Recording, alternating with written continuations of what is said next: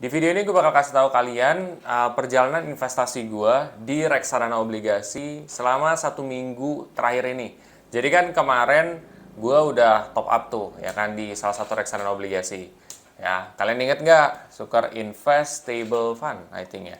Nah, di sini gue akan kasih tahu progresnya itu seperti apa. Lalu selain daripada itu gue kasih tahu reksadana obligasi sebenarnya tujuannya buat apa sih?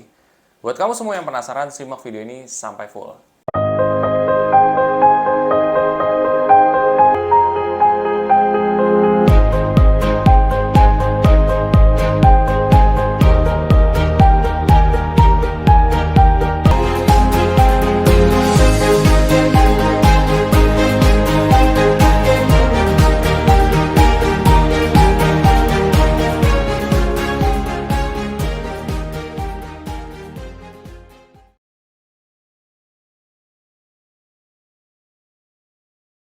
Oke ya teman-teman semua, jadi gini, kita ngomongin soal reksadana obligasi. Reksadana obligasi itu tujuannya buat apa sih? Oke, itu dulu ya. Karena ini sangat penting ketika kalian memilih reksadana. Reksadana itu punya tujuan yang berbeda-beda. Nah, reksadana obligasi atau reksadana pendapatan tetap itu adalah reksadana yang memang cocoknya itu sekitar invest dari jangka waktu 3 tahun ya sampai bahkan 5 tahun ya, 3 sampai 5 tahun. Secara time frame segitu. Tetapi reksadana obligasi sebenarnya faedahnya apa? Nah, faedahnya itu adalah kalian yang emang pengen dapat keuntungan yang bagus, tapi resikonya juga sedang aja. Nah, itu sih sebenarnya. Kalau mau dibilang returnnya gede banget, enggak. Ya, tapi cukup lah gitu. Terus juga dari segi resiko juga sedang ke kecil gitu lah. Menurut gue seperti itu. Nah, reksadana obligasi biasanya diperuntukkan salah satunya kayak lu untuk menghadapi kondisi ekonomi yang volatil ya. Kalian yang benar-benar ingin defensif itu biasanya reksadana obligasi bisa dijadikan sebagai salah satu instrumen juga tuh. Jadi sebenarnya reksadana obligasi itu faedahnya itu. Jadi kalau misalkan kalian punya aset di kripto ya banyak. Nah, kalian juga harus punya aset di reksadana obligasi. Kenapa? Karena untuk defense juga gitu. Sebenarnya yang paling utama tuh ada reksadana pasar uang sama reksadana obligasi atau reksadana pendapatan tetap.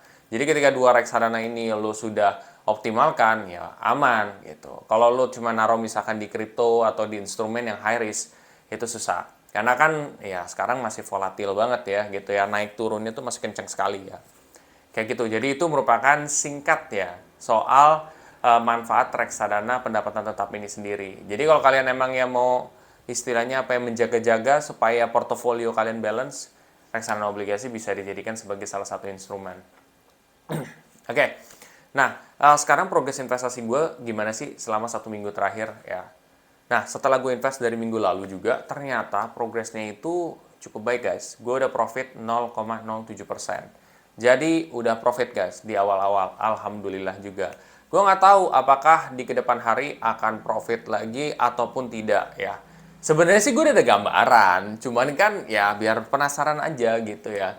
Gue udah ada gambaran karena reksadana pendapatan tetap gue juga udah punya pengalaman dalam berinvestasi.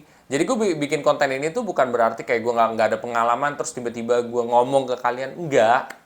Gue tuh udah punya pengalaman, cuman ini gue kasih tahu track recordnya ke kalian supaya kalian bisa belajar nih per minggunya seperti itu. Itu sih, jadi memang sudah profit ya, jadi good juga, alhamdulillah. Dan di saat seperti ini gue top up guys, gue top up sebesar 100.000 ya. Caranya gimana? Gue tinggal klik beli aja atau klik top up, terus masukin nominal investasi, terus gue bayar pakai GoPay, selesai. Jadi sebenarnya itu udah simpel banget guys. Seperti itu sih triknya juga dan cara berinvestasinya juga.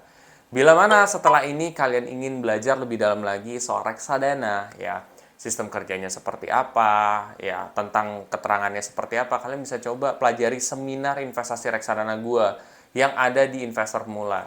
Nah, bila mana setelah ini kalian termotivasi untuk mulai berinvestasi reksadana di aplikasi Bibit, kalian bisa pakai kode referral gue yang ada di bawah ini.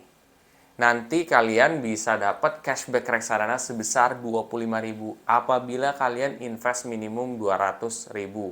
Tapi terserah kalian ya, kalau kalian mau aja, kalau enggak ya nggak masalah gitu.